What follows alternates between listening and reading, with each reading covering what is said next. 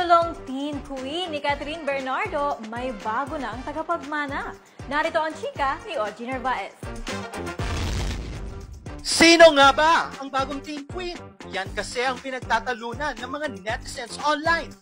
Tila nagkakagulo ang fans ni Catherine Bernardo at Sofia Fiang Smith dahil sa titulo na yan. Kung matatandaan, matagal na pinagamit kay Catherine ang titulong Teen Queen matapos ang sunod-sunod na box office hit movies at teleserye niya since 2011.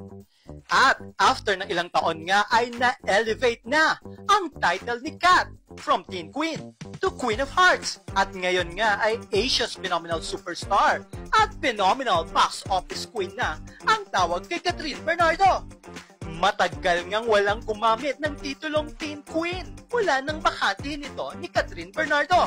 At sa isang entertainment site online, tinawag na Teen Queen si Fiang Smith dahil sa Metro Magazine cover nito kasama ang PBB Gen 11 Final 4. Hindi ito nagustuhan ng ilang netizens. Inalmahan ito maging ng mga supporters ni Catherine Bernardo. Pinaghirapan daw kasi ni Kat ang nasabing titulo bago ito ibinigay sa kanya.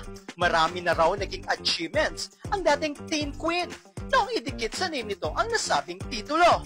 Heto pa, hindi raw ito deserve ni Fiang dahil wala pa naman daw itong napapatunayan sa showbiz, kundi ang maging big winner sa katatapos lang na PBB Gen 11 at ang mga magazine covers niya ngayon. Say pa ng mga netizens, bigyan na lang daw ng ibang title si Fiang. Marami pa raw itong kakaining bigas bago ito makoronahan sa pagiging Teen Queen. Yun na, ako po si Ogie Narvaez Rodriguez, ang mima ng Abante Radio. Ito ang balitang mabilis, mabangis, walang mintis.